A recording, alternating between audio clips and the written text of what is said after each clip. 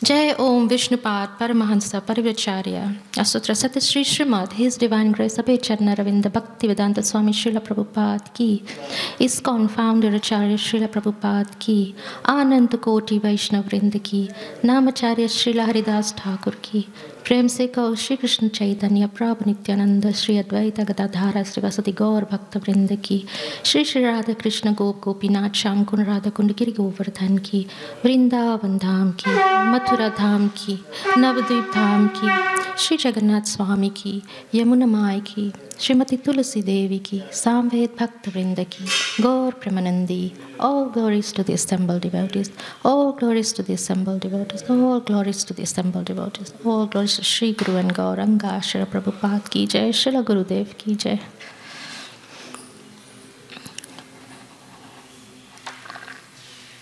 So this morning, welcome to Srimad Bhagvatam class.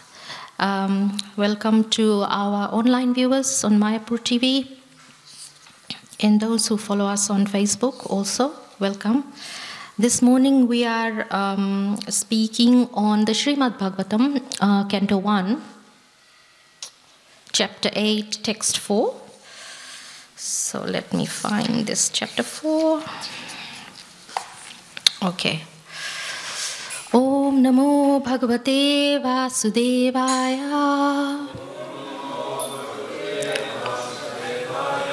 Om Namo Bhagavate Vasudevaya. Om Namo Bhagavate Vasudevaya.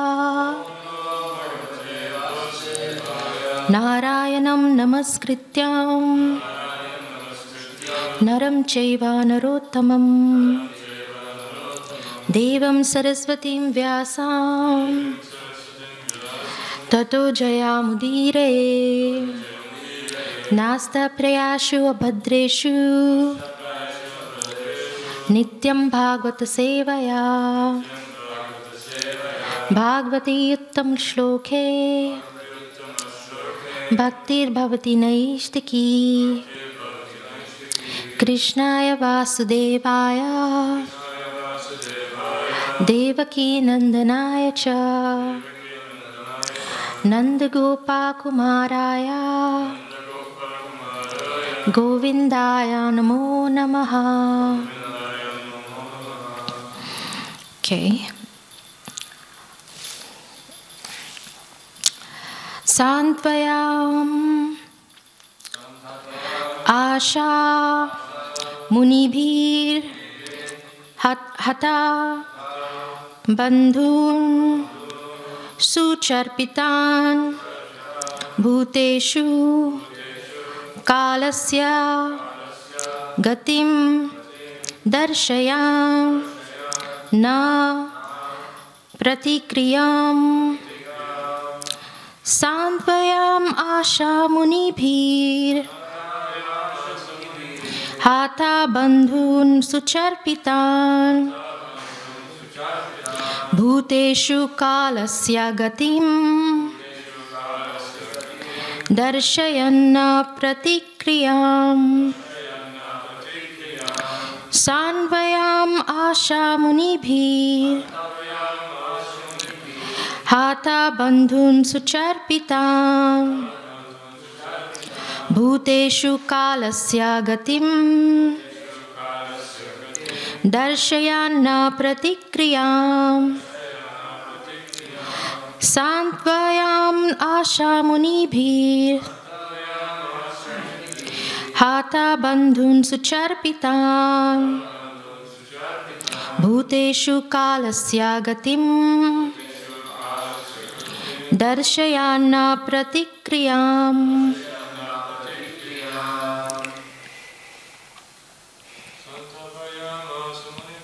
Santavyam Ashamunibhir Hata Bandhun Sucharpitan Bhuteshu Kalasya Gatim Darshayanna Pratikriyam Santvayam Asha Munibhir Hatha bandhan sucharpitam bhuteshu kalasya gatim darshayana pratikriyam. Okay. Santvayam, Asha, pacified. Munibhi, along with the munis present there. Hatha bandhun, those who lost their friends and relatives. Sucharpitan, all shocked and affected. Bhuteshu, unto the living beings. Kalasya, of the supreme law of the Almighty. Gatim, reactions. Darshayan, demonstrated. Na, no. Pratikriyam, remedial measures. So we've got the translation. Citing the stringent laws of the Almighty and their reactions upon living beings, Lord Sri Krishna and the Munis began to pacify those who were shocked and affected. So we can repeat. Citing the stringent laws of the Almighty and their reactions upon living beings, Lord Sri Krishna and the Munis began to pacify those who were shocked and affected. So we've got the purport here by His Divine Grace, A.C. Bhaktivedanta Swami Srila Prabhupada Ki Jai. The stringent laws of nature under the order of the Supreme Personality of Godhead cannot be altered by any living being. Very nice statement here, that nothing can change the laws of nature that Krishna has placed. Not by anyone, not by any living entity. The living entities are eternally under the subjugation of the Almighty Lord. The Lord makes all laws and orders, and these laws are generally called dharma or religion. In other words, we can't make up our own religion, we can't make up our own dharma. We've got to follow that has been placed by Lord Krishna, given very clearly here. No one can create any religious formula. Bona fide religion is to abide by the orders of the Lord. The Lord's orders are clearly declared in the Bhagavad Gita. Everyone should follow Him and only His orders, and that will make all happy, both materially and spiritually. So He's designed these laws in a certain way that is tailor-made for our happiness also. And if we follow something different, then obviously that will lead to unhappiness. So that's what this particular sentence is saying. As long as we are in the material world, our duty is to follow the orders of the Lord. And if by grace of the Lord we are liberated from the clutches of the material world, then in our liberated stage, also we can render transcendental loving service unto the Lord. In our material stage, we can see neither ourselves nor the Lord for want of spiritual vision. But when we are liberated from material affection and are situated in our original spiritual form, we can see both ourselves and the Lord face to face. So this particular few sentences is telling us that we are in the material world and we really can't see the Lord face to face yet. We have to aspire to get our spiritual form.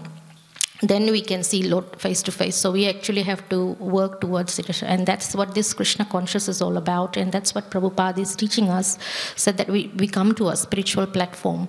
And that's why we listen to classes every morning. We try to listen to Srimad Bhagvatam, Bhagavad Gita.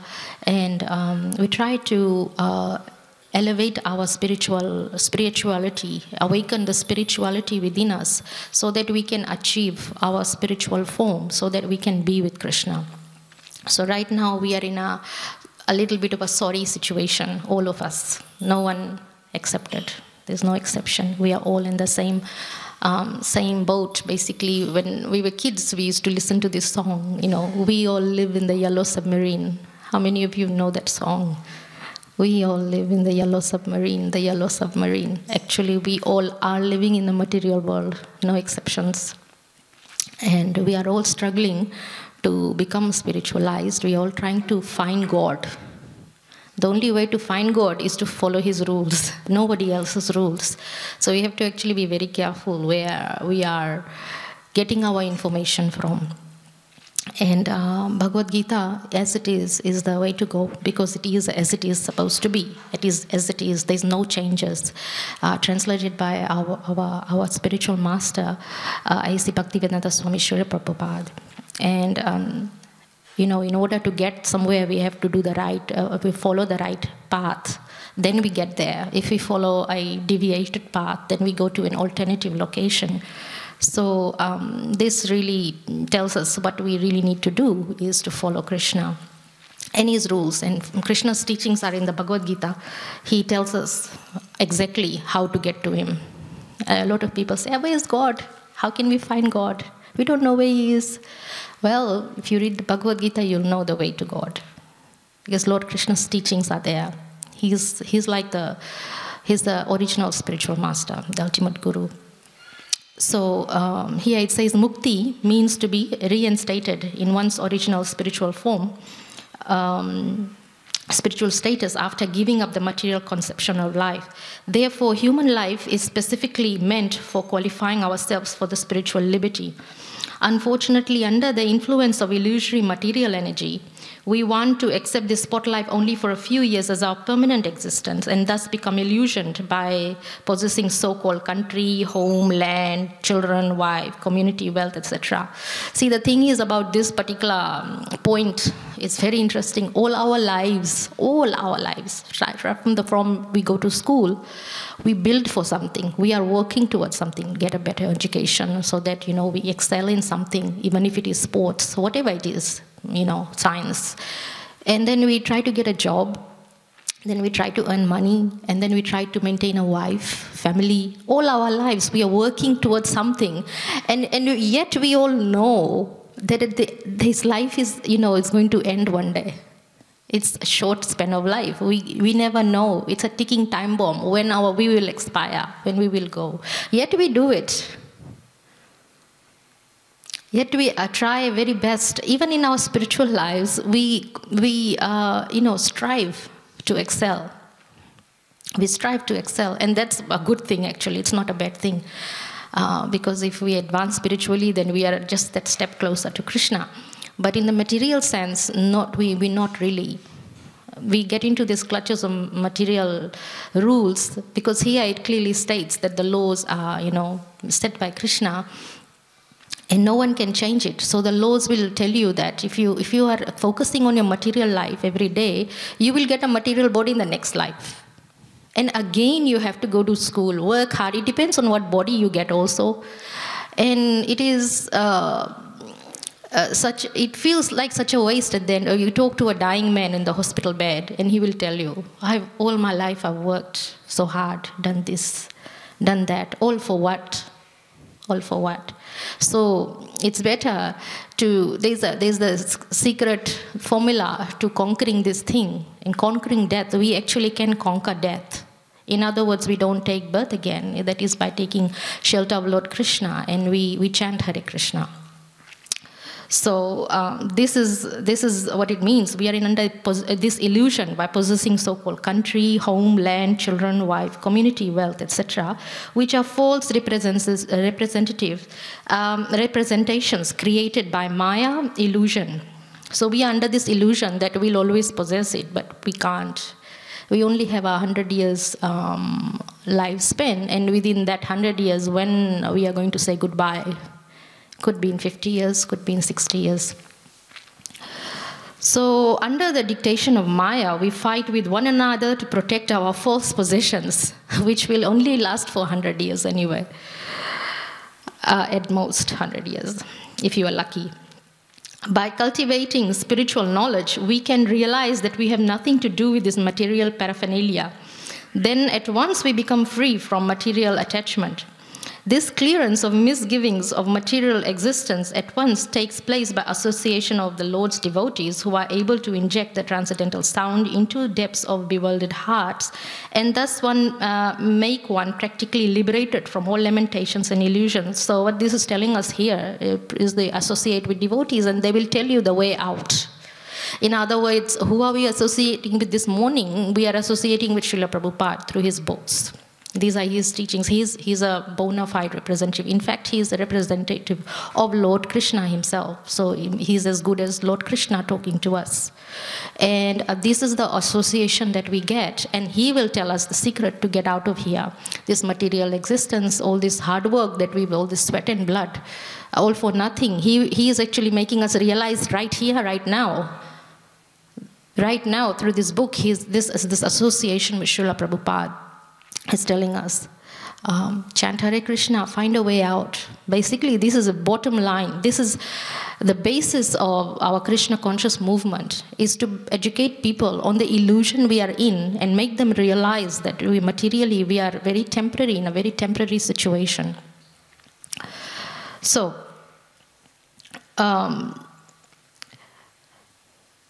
this is a summary of pacifying measures for those affected by reaction of the stringent material laws exhibited in the forms of birth, death, old age, disease, which are insoluble factors of material existence. The victims of war, namely the family members of the Kurus, were lamenting the problems of death, and the Lord pacified them on the basis of this knowledge. So I'm going to be talking about, let's do the Mangal Charan first. So, Om Jnana Timirandasya Jnananjana Shalakaya Chakshurunmilitam Yena Tasmai Shri Guruve Namaha Shri Chaitanya Manobhistam Stapitam Yena Bhutale Swayam Rupa Kadamayam Dadati Swapadantikam Vande Ham Shri Guru Shri Yutapada Kamalam Shri Gurum Vaishnavamscha Shri Rupam Sagrajatam Sagana Raghunathanvitam Tam Sajivam Sadvaitam Savadutam Parijana Sahitam Krishna Chaitanya Devam Shri Radha Krishna Padan Sagana Lalita Shri Vishakhanvitamscha He Krishna Karuna Sindhu Deen Bandhu Jagatpate Gopesha Gopika Kanta Radha Kanta Namastute Tapta Kanchana Gaurangi Radhe Vrindavaneshwari Vrishabhanuste Devi Pranamami Hari Priye Vanchakalpa Trubhyascha Kripa Sindhu Vaevacha Patitanam Pavnebhyo Vaishnavebhyo Namo Namaha Jai Shri Krishna Chaitanya Prabhu Nityananda Shri Advaita Gadadhara Srivasadi Gaur Bhakta Vrinda Hare Krishna Krishna Krishna Hare Hare Hare Rama Rama Rama Hare Hare Namo Vishnu Padaya Krishna Prastaya Bhutale Srimate Bir Krishna Goswami Niti Namne Namo Hamsa Nikashaya Prabhupada Priyayate Surdidha Shuddhi Nistabhem Tasya Vakyanuvadine. So, I thought last night that I would talk a little bit about the Mahabharata. Why? Because this particular verse, at this juncture, everybody is lamenting because they've both the side of the Pandavas, there was a huge battle, as we know, in Kurukshetra. They're all lamenting. And everyone's died. Everybody who's is somebody... Whoever's crying in both sides, they have passed away, they died, but they are basically the same family. So they are lamenting over so many deaths. And in total, when we read the Srimad Bhagvatam, there's 640 million soldiers and everything, 640 million people who die in this great battle that lasts 18 days. And why did it happen? How did it happen? What's the big story behind it? So I thought I'd just go over that. Some of you might already know, but it starts way back. So once upon a time, the demigods, this goes back to the demigods. Indra, the king of the heavens, was going about in his elephant. His elephant's name is Airavat. And he comes across Durvasa Muni while he's traveling on his elephant. And Durvasa Muni means a sage who gets angry. And he does get angry. So whenever Durvasa Muni comes to town, leave town. That's the best advice we can have. Because it's very hard to please him. Anyway, Durvasa Muni decides to honor Indra Lord Indra by giving him a garland. And Lord Indra, sitting on his high elephant, decided, oh, I've got too many garlands. I don't really want this garland. So he gives this garland to the elephant. And the elephant throws it and stomps on it in the ground. And obviously Durvasa Muni was not very pleased. He got very angry. So he cursed Lord Indra to lose all his power. And what happened is there's a demons, and they are always trying to sit in the heavenly planets. They're always trying to overthrow the demigods, and that's what they do. So in a matter like this, what does Indra do? Because he's very miserable. So he runs to Lord Brahma. Whenever we have a problem, we go to the higher authority. So whenever we have some problem in this temple, we'll go to somebody who's, higher authority, who will solve our problems. What should we do? So he goes to Lord Brahma, and Lord Brahma says, let's all go to Lord Vishnu to find out what to do. So they go to Lord Vishnu, and Lord Vishnu says, oh, okay, so the demigods seem to be the demons. They are more powerful. They seem to be more powerful. So I'm going to give you a way to get this power so you can be immortal. So let's churn the ocean. There is the nectar of immortality, the Amrita is in the ocean. So when we churn it out, the Amrita will come, and I'll give it to you, and you shall become immortal. So they decide to churn the ocean, and amongst many things, this is a very compressed form of this story, the beginning of Mahabharata. We're coming to that. There are many details, but we don't have time to discuss. Anyway, out of the ocean comes the nectar of immortality. And again, the demons get it. So the demons grab it, and they're going to drink it. So again, the demigods run to Lord Vishnu, Lord Krishna.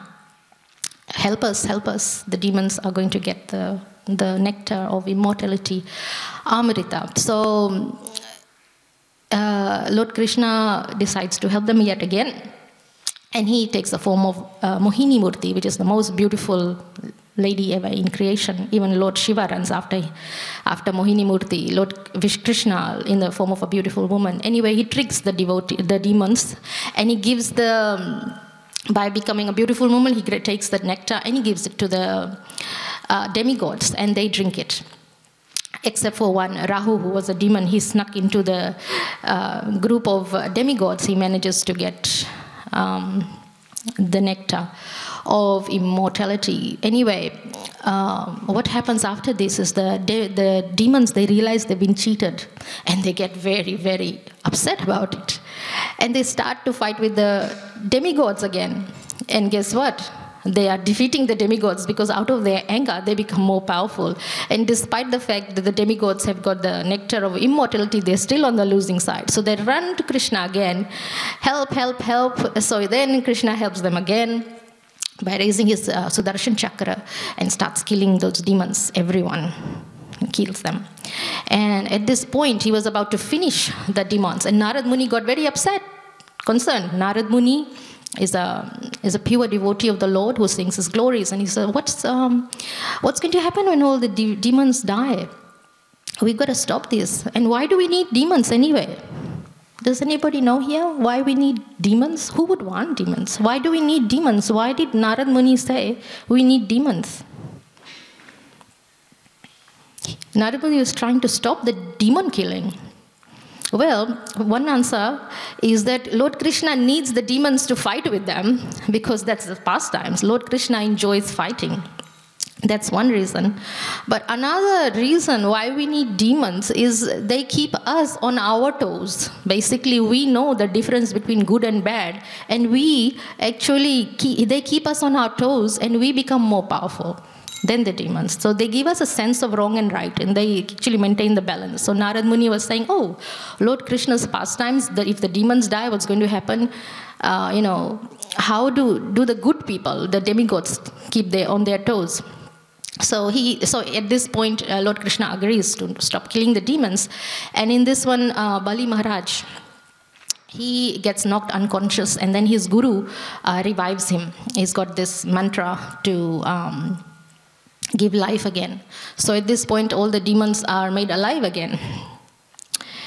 And in any case, because Bali Maharaj was very dedicated to his spiritual master. His name is Shukracharya.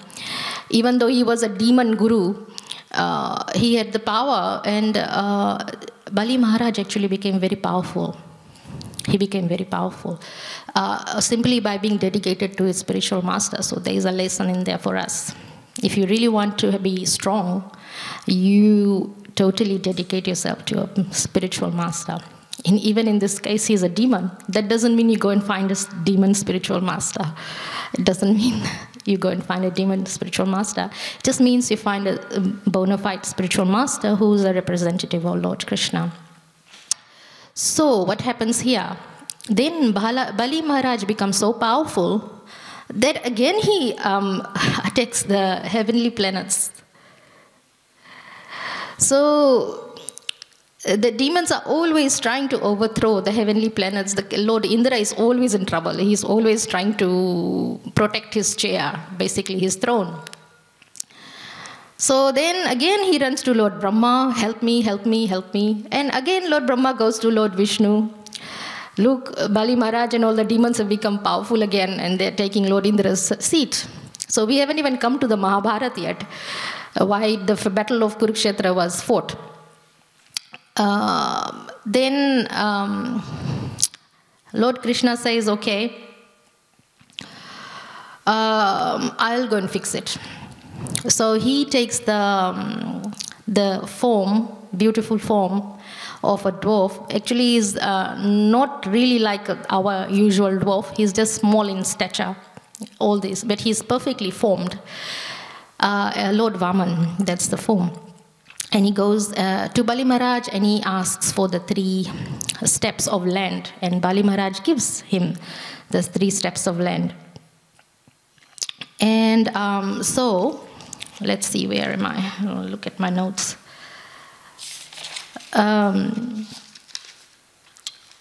So, when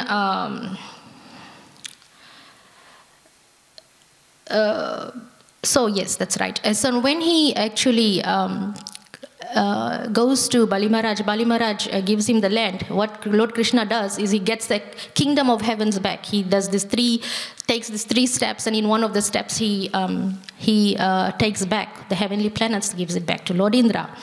And obviously the planets and all the other earths, that was the 2nd step. And the 3rd step, he had nowhere to go, nowhere to put his head. So Bali Maharaj, he self-surrendered, said, you can put it on my head. So the 3rd step that Lord took was on his head, and he goes to Sutala Lok. So he's the king there. But because he self-surrendered to Lord Krishna, he got the blessing so to rule. But in that event, now the demons are displaced yet again. So the demons are being continuously killed and removed out of the way. In this situation, the demons are wondering, where should we go now? Where are we going to go? There's no place to go. Because Lord Krishna has taken all the, by taking 3 steps, he's taken the entire creation. So where's the place for us? Where are we going to go? So they see this at the corner of the universe, this nice little planet. This planet is called Earth. And they decide to come to planet Earth, the demons. And they take birth as kings, as soldiers, as administrators, government, so all these demons, they took birth on planet Earth. And obviously when there are these demons, there's a lot of problems. So they created a lot of problems on planet Earth. And what to do? So again, they go to Lord Brahma. And who goes to Lord Brahma this time? Planet Earth herself, Bhumi Devi. Actually, Bhumi Devi is a living entity. We might not think that our planet Earth is just soil. It's not a living entity, but it is she. She is a living entity, Bhumi Devi. So she goes to Lord Krishna and Lord Brahma, and then they all go to Lord Krishna, Lord Vishnu, in the coastal ocean. Lord Vishnu is residing in the shores of the ocean of milk. And this is a very interesting kind of milk. It never goes bad. Like our milk is very different. It goes bad. But the ocean of milk where Lord Vishnu resides never goes bad. So they go there.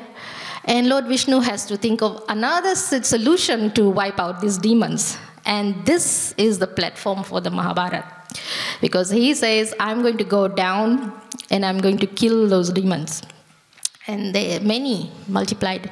And then he tells the demigods, because the demigods also go with Bhumi Devi and Lord Brahma. He said, demigods, you take birth on planet Earth. So the demigods also take birth on planet Earth. And they take different births. Let's see how I can compress this into a very small, we're running out of time. Anyway, Mahabharata, in a nutshell, King Shantanu, he was, in his previous life, he was in the heavenly planets, and he looked at Mother Ganga in a very improper way, and he was cursed to come down to earth. So then he came down to earth and married Ganga also. And Ganga gave birth to Bhishma. She had a condition that she'll never be questioned about her actions. Anyway, she delivers these babies, and one by one she puts them in the Ganga and kills them. And Shantanu couldn't hold himself back, so he questioned about that one, and that remained the last child of Ganga. Her condition was, if you question me, I will go back to the heavenly planets. So in the end, the king asked him, why are you killing my babies?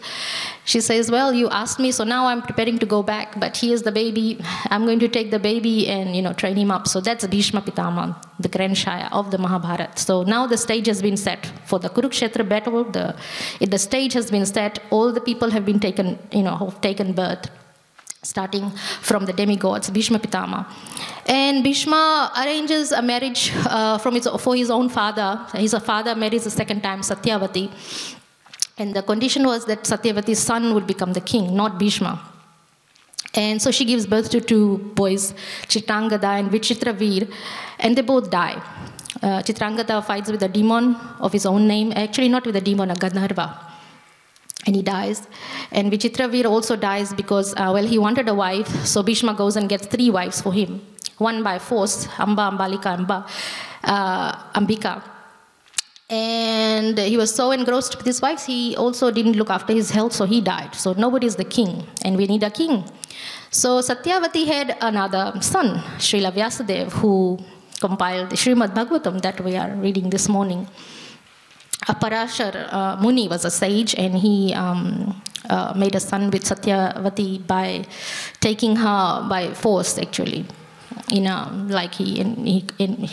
made fog, so you couldn't see. So within that fog area, he basically takes her by force, and there's a son, Srila Vyasadeva. And in those days, if the brothers can't produce a king, son, then the brother can have a son by the wives of his brother. So he comes and because there is no king, he comes and gives those 3 ladies, the wives of Vichitravir, sons. And that's when Dhritarashtra, Pandu and Vidura born. Actually, Vidur is the son of the maid, because the queens of Vichitravir couldn't go to Srila Vyasadeva. They were too scared. So they sent, the third one was a maid. And Vidur was born, and Vidur was Yamaraj. And Yamaraj is another Mahajan, is a pure devotee of the Lord. So he came down actually to preach Krishna conscious. Anyway, after everything done, Dhritarashtra marries Gandhari. Gandhari is from Afghanistan. This is what my Gurudev says. In those days, that was Afghanistan. Pandu marries Kunti, and Madri has 2 wives. He gets cursed. Pandu gets cursed to die. Why? Because he kills a sage while they're in the forest. He's enjoying with his queens, and he went on a hunting spree, and instead of killing a deer, he kills a sage, and he curses the sage. Actually, the sage and his wife, they were in union. They were consummating their marriage or something, and in that situation, he kills. So Pandu gets cursed that if you get together with your wife, you will die. So now Pandu doesn't have any sons, no king. Again, that's a problem with the king. So Kunti Devi, because she had served Durvasa Muni, she had a boon to call any demigod and have sons out of them. So she's already had 1 son out of the sun god, Karna, while she was still a girl, unmarried. So she had to give Karna away. But she called the demigods to have sons for Pandu. So first one she calls it Dharamraj, and Dharamraj gives a Yudhishthira. Second one she calls Vayu, the wind god. he gives her Bhimasen, who is very powerful. And as soon as Bhim is born, the queen thinks, oh, there's a lion roaring somewhere, and she gets scared, and she drops the baby. Lord Bhimasen gets dropped as soon as he's born. And instead of hurting himself, he hurts the stones that he falls, and Bhim's will be so strong. All the rocks, they crumble, they break. He's so strong, the baby Bhim. Anyway. So in this way, she gets 5 kids. In the meantime, Gandhari, who is the first son, Dhritarashtra's wife, she's worried because her son is not going to be king because Yudhishthira is already born. So she wants children too. She wants sons. And she gets pregnant, and unfortunately, she gives birth to a lump of flesh. Just flesh. So this flesh is divided into 101 pieces. Why 101? She was blessed to have 100 sons, and she also wanted one daughter, Dushala. So 101 pieces, and they incubate, and then they, in their pods, I'm not sure what the chemistry, the science was in those days, but this lump of flesh was divided. And then when Bhim was born, then that's the time that Duryodhan was born, at the same time. So they're basically the same age. Duryodhan hatches out of his pod. And he is the epitome of Kali, and he's basically Duryodhan. This is how I was listening to a class, a spiritual master. He explains Duryodhan was actually one of the demigods. He was the personification of Kali, so he was an agent. He was actually there to serve Krishna. And Shakuni, who was the mama, the uncle, he was personification of Dwapar Yuga, Kali Yuga, Dwapar Yuga. They were there to actually create all these situations so that the demons would get agitated, and then there will be a fight. So Duryodhan was very instrumental in creating this battle to get all these demons, so many demons. And that's when the Kurukshetra battle was. So anyway, these boys, 5 Pandus and the 101 sons, they were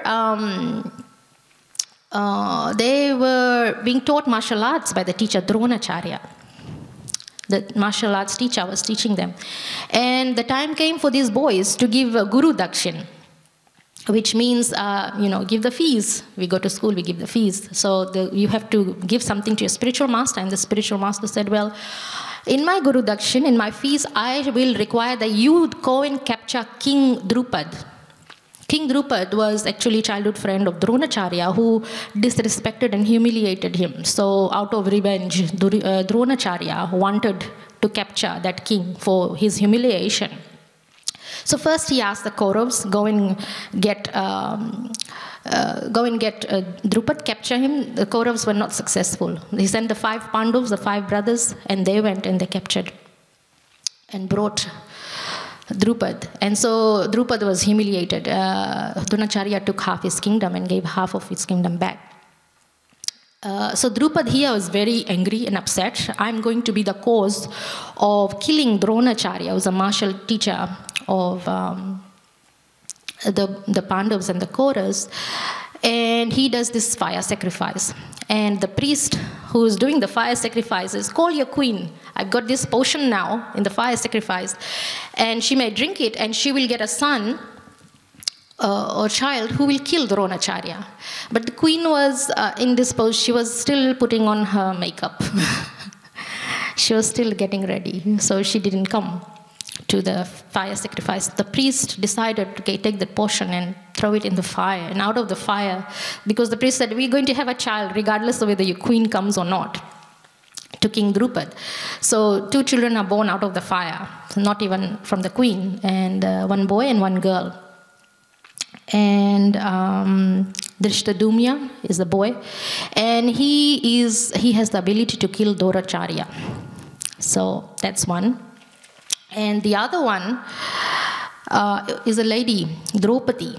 And she was the cause of defeat of millions of Kshatriya. She was the reason. So these millions of Kshatriyas that was killed, they are the demons that came down to earth who were looking for a place. So this is the stage set up for the Mahabharata. And eventually she gets humiliated in the courts, and they try to disrobe her, and everybody gets angry. We are almost nearing to the end of the class. Anyway, so Mahabharata is so interesting. She gets humiliated in the court. They try to disrobe her, and she has 5 husbands at that time. The 5 brothers, the Pandavas, they marry her. And Bhimsen gets so angry because Duryodhana says, sit on my lap, to his wife, basically. I'm going to rip your legs and thighs. And he says, I'm going to kill every single one of the Kauravas. So actually in the Kurukshetra battle, those 100 sons, minus one, Yuyutsu. One son, Yuyutsu, was really on the other side. He did not cause any wrongdoings, and he was on Lord Krishna's side, so Yuyutsu gets saved. But the others, each one of them gets killed by Bhimsen. Because when they capture the sons, they give, because of Bhim's promise that he'll kill every single one of these Kauravas, they get him. And so this battle happens. So this is the reason why the Mahabharata happened, is Lord Krishna came and he gets his pastime, his favorite pastime, is killing demons. That's one of Lord Krishna's hobbies. If you really look at his hobbies, what does he do in his spare time? He doesn't just dance with the gopis, he also kills demons. He saves his devotees, actually, saves his devotees. So that was the Mahabharata. So, in a little nutshell, all these demons got killed. That was the excuse for this entire battle of the Kurukshetra. But the underlying message that we get here is, no matter what we do, no matter how we try to run, we cannot escape Lord Krishna. We cannot. The laws, actually they tried to stop the battle, but it never happened. And Duryodhana, he tried to save himself many ways. When Lord Krishna actually gave them 2 options, Arjun on one side and Duryodhana on the other side. I said, I have my entire Narayan army on one side. And I'm standing on the other side. You may choose which one. And while I'm standing on the other side, I will not lift a weapon to kill anyone. I'll just be there. That's it. I won't do anything with it. And so Duryodhana was very happy because Narayan army is undefeatable. There's Lord Krishna's army. So he quickly chose the army. He did all these things to defeat Arjun, the Pandavas, and yet he was never defeated. Lord Krishna won, the Arjuns won. So how do we actually put this in our lives is basically in our life, in our material lives. So we are not fighting a Kurukshetra battle, but we are doing a lot of material things like we actually discussed when we were reading the purport. We do a lot of material things to give us some kind of comfort. We work hard all of our lives, but we can't solve our problems. In fact, we have material solutions and it gives us more problems, more material problems. Like a multimillionaire is always in anxiety trying to save his money. A lot of problems. So how do we actually escape? Is we take shelter of Lord Krishna and we chant. Just like the Pandavas, they took shelter of Lord Krishna. They won. Nobody defeated Arjun. Nobody could. And so many of these demons died. We have demons in our lives too, and they're not going to die with our material solutions. That's really what this is saying. And there was this saying that Srila Prabhupada had written. It is said, whoever is protected by Lord Krishna, no one can kill. And whoever is desired to be killed by Krishna, no one can protect. So in our material situation also, that's really the bottom line is we should be chanting Hare Krishna, we should be taking shelter of Lord Krishna so that we can be saved, because there is no other way. And even in this age of Kali Yuga, we are told to chant Hare Krishna because there is no other way, there is no other way, there is no other way. Harinama, Harinama, Harinama iva kevalam. Means only the Lord's names. And that's really how we can save ourselves. There's no way, whatever material concoctions we desire, no matter how much we study, how much we earn, we really have 100 years to live. We cannot conquer death. We will eventually die. We will go to the doctors. And it doesn't mean that if you're sick, don't go to a doctor. That doesn't mean that at all. You go to a doctor. If you need to go to a dentist, you go to a dentist. But you must understand that there is a limited time we all have. We cannot conquer death. It will happen to each one of us at some stage or another. So how do we protect ourselves is by taking shelter of Lord Krishna, taking his holy names, so that we can get this spiritual form, this material form, material body, that we can return to him and face to face with him, and never return to this material situation of birth and death, where we have to actually do lots of material things to keep us comfortable for a very short period of time. So that was the class for this morning. Does anyone have any questions or would like to say anything? No? Okay. Granth Raj Srimad Bhagvatam Puran ki Jai.